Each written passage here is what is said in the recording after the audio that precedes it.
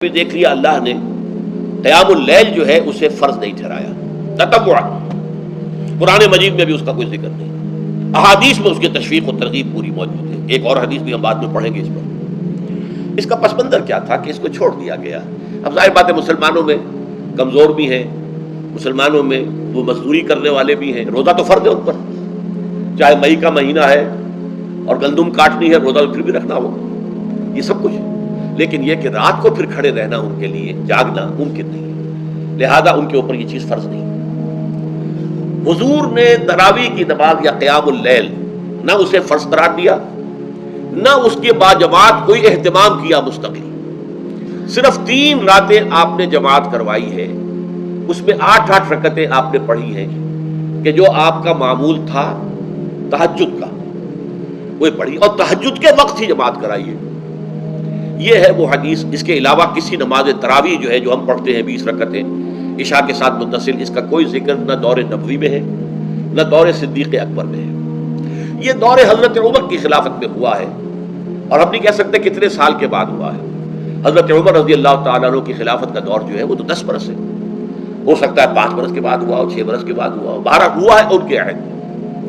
حضرت عمر ایک مرتبہ مسجد میں داخل ہوئے، مسجد نبوی میں، تو دیکھا کہ کچھ لوگ 8 10 12 جو ہے وہ ایک جو ہے حافظ کے پیچھے کھڑے ہوئے اور قرآن سن رہے ہیں، کچھ دوسرے کونے میں کھڑے ہیں، کچھ کہیں اور کھڑے ہیں، مختلف جماعتیں ہو رہی ہیں۔ تو انہوں نے سوچا کہ کیوں نہ ان سب کو ایک امام کے پیچھے جمع کر دیا جائے، اور اس کے لیے لوگوں کی سہولت کے لیے عشاء کے ساتھ متصل رکھ دیا جائے، اس لیے کہ تہجد کے وقت اٹھنا جو ہے وہ تو ہر کس و ناقص کا کام نہیں ہے، کہ عشاء کے بعد اگر تھوڑا سا اضافی وقت ہو صرف تو یہ ہر شخص کر لے گا، مزدور بھی کر لے گا۔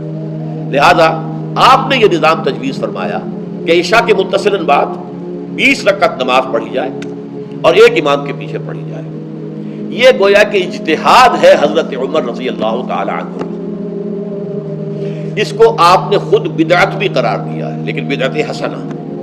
بدعت کس اعتبار سے؟ لغوی اعتبار سے، نئی بات، اس لیے کہ حضور کے زمانے میں نہیں تھی، تو یہ اس طریقے سے ایک نئی بات ہے، لیکن یہ بات کیونکہ بہت اچھی ہے، بہت عمدہ ہے۔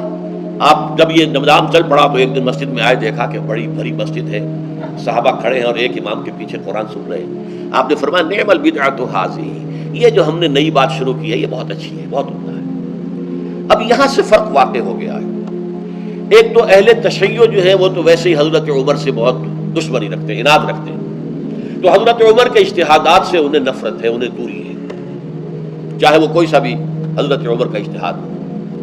ہمارے ہاں اہل حدیث حضرات بھی در حقیقت حضرت عمر یا کسی اور خلیفہ راشد کے فعل کو وہ سمجھتے ہیں کہ یہ ایگزیکٹو آرڈرز ہیں، یہ ہمیشہ کے لیے نہیں ہے۔ حضرت عمر نے اپنے دور میں نظام قائم کیا، ان کے دور کے لیے ٹھیک تھا، یہ ہمیشہ کے لیے نہیں، ہمیشہ کے لیے وہ 8 ہی رکعتوں کے قائل ہیں، وہ تہجد والے، لیکن اس میں بہرحال انہوں نے بھی خود یہ اضافہ کیا ہے کہ وہ 8 رکعتیں وہ عشاء کے ساتھ متصل پڑھتے ہیں، تہجد کے وقت تو نہیں پڑھتے، اور حضور نے تو صرف 3 روز جو ہے وہ کرائی تھی جماعت، وہ لوگ 30 دن یا 29 دن پڑھ رہے ہیں، تو اضافہ تو انہوں نے بھی کر دیا، تو نظام میں تبدیلی تو ہو گئی۔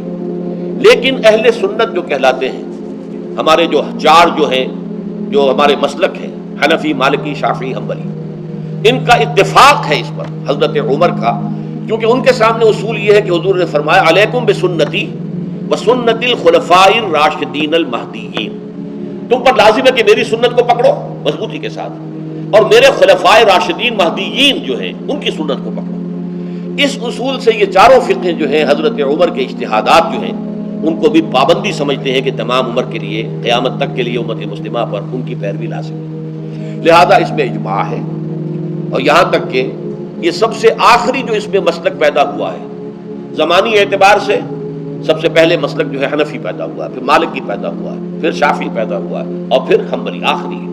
اور امام احمد ابن حنبل بہت بڑے محدث بھی ہیں، مسند احمد ابن حنبل جو ہے وہ بہت بڑی کتاب ہے، بہت اہم کتاب ہے، جامع کتاب ہے، تو ان کے ہاں بھی 20 رکعتیں ہیں۔ چنانچہ حرمین شریفین میں، سعودی عرب میں، مکے اور مدینہ منورہ میں جو نماز تراویح ہوتی ہے اس کی 20 رکعتیں ہیں، لیکن اہل حدیث حضرات جو ہے وہ اس 8 کے اوپر اکتفا کرتے ہیں۔ بہرحال یہ ایک اختلاف ہے جو میں نے اس کا پس منظر بیان کر دیا، لیکن اس 20 رکعت نماز سے ادا کرنے سے، جو کہ زیادہ سے زیادہ 50 منٹ یا 1 گھنٹہ لگتا ہے، اس سے وہ قیام اللیل کا حق ادا نہیں ہوتا۔ قیام اللیل کا تو کچھ اور ہی تقاضا ہے، قیام کسے کہتے ہیں؟ یہ سورہ مزمل سے واضح ہوتا ہے. یا ایھا المزمل قم اللیل الا قلیلا نصفہ او انقص منہ قلیلا او زد علیہ ورتل القرآن ترتیلا. آدھی رات یا آدھی رات سے کچھ کم یعنی تہائی رات یا آدھی رات سے کچھ زائد 2/3 رات، یہ ہے قیام اللیل. چنانچہ سورہ مزمل ہی کی آخری آیت جو دوسرا رکوع مشتمل ہے جس پر، اس میں صاف کہہ دیا گیا ان ربک یعلم انک تقوم ادنی من ثلثی اللیل ونصفہ وثلثہ وطائفۃ من الذین معک. اے اللہ کے نبی، اللہ خوب واقف ہے کہ آپ بھی اور آپ کے ساتھ ایک جماعت بھی رات کو کھڑی رہتی ہے 2/3 رات یا آدھی رات یا 1/3 رات. تو یہ سارا معاملہ جو ہے قیام اللیل کا، گویا کہ کم سے کم 1/3 رات پر اس کا اطلاق ہو سکے گا، یہ نہیں کہ 1 گھنٹے. اور اس کے ضمن میں دیکھیے حدیث پڑھیے، تیسری حدیث ہے عن عبداللہ ابن عمرو بن العاص رضی اللہ تعالی عنہ. یہ وہی عبداللہ ابن عمرو ہے جن کی میں نے آپ کو حدیث پہلے سنائی ہے. یہ ساری رات کھڑے رہتے تھے، پوری رات، اور ہر روز روزہ رکھتے تھے، جس پر حضور نے منع کیا لا تفعل، مت کرو ایسا. رضی اللہ عنہما، یہ خود بھی صحابی ہیں اور ان کے والد عمرو بن العاص بھی صحابی ہیں. ان رسول اللہ صلی اللہ علیہ وسلم قال، کہ اللہ کے رسول صلی اللہ علیہ وسلم نے فرمایا الصیام والقرآن یشفعان للعبد. روزہ اور قرآن بندے کے حق میں شفاعت کریں گے.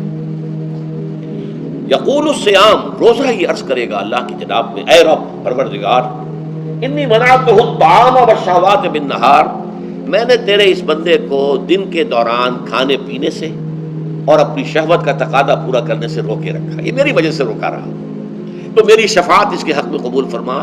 فشفعنی فیہ، میری شفاعت اس کے حق میں قبول فرما. ویقول القرآن، قرآن کیا کہے گا؟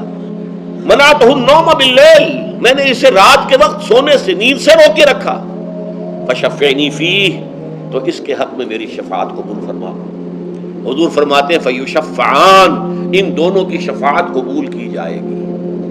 یہ ہے قیام اللیل. یہ قیام اللیل صرف تراویح کی نماز سے جو پڑھ لی جاتی ہے، اور ہمارے ہاں تو یہ ہے، وہاں کم سے کم یہ تو تھا، صحابہ کرام کھڑے ہوتے تھے تو جو قاری پڑھ رہا ہوتا تھا وہ ان کے دل میں اترتا جاتا تھا، اس کا مضمون اور مفہوم جو ہے ان کو معلوم ہے، لہذا وہ اس کی زبان سے نکلا ہوا ہر لفظ ان کے قلب کی گہرائیوں تک اتر رہا ہے. یہاں تو یہ ہے پیرٹ لائک حافظ ہے، اسے خود پتہ نہیں میں کیا پڑھ رہا ہوں. اکثر حفاظ جو ہے وہ عالم تو نہیں ہوتے، اور جو سن رہے ہیں انہیں کچھ پتہ نہیں ہم نے کیا سنا ہے. تو ٹھیک ہے، کم سے کم ثواب تو انہیں ملے گا کہ انہوں نے وقت نکالا ہے، 1 گھنٹہ ہی اضافی صحیح، لیکن بہرحال اس کا وقت انہوں نے نکالا ہے، محنت کی ہے، کھڑے رہے ہیں، ثواب ملے گا. لیکن جو مقصد ہے وہ حاصل نہیں ہوتا. اس مقصد کے حصول کے لیے اول تو قیام اللیل کی کم سے کم مدت 1/3. اگر کوئی شخص فرض کیجئے کہ اس کے ہاں کوئی اور انتظام نہیں ہے، جیسا کہ ہمارے ہاں ہم نے انتظام کیا ہے بڑے بڑے شہروں میں دورہ ترجمہ قرآن، اس میں ہمیں 5 گھنٹے لگ جاتے ہیں، نصف شب کے قریب جو ہے معاملہ ہو جاتا. اس میں کیا ہوتا ہے کہ ہر 4 رکعت سے پہلے جو اس کے اندر پڑھا جانا ہے حصہ قرآن کا، اس کا پہلے ہم مطالعہ کرتے ہیں بیٹھ کر، ترجمہ اور کچھ موٹے موٹے نکات کی جو ہے وضاحت. پھر کھڑے ہو گئے اور قاری صاحب کے پیچھے 4 رکعتوں کے اندر وہ 4 رکوع یا جتنے بھی ہیں پڑھ لیے، سن لیے. پھر بیٹھ گئے 4 کے بعد پھر اگلی 4 رکعتوں کے اندر جو کچھ پڑھا جانے والا ہے اس کا ترجمہ، اس کی تفہیم ہو گئی، پھر کھڑے ہو گئے، پھر سن لیا. اس طریقے سے 5-6 گھنٹے میں تراویح ختم ہوئی. تو تراویح بھی ہو گئی، حضرت عمر کے اجتہاد پر عمل بھی ہو گیا، 20 تراویح ہو گئی.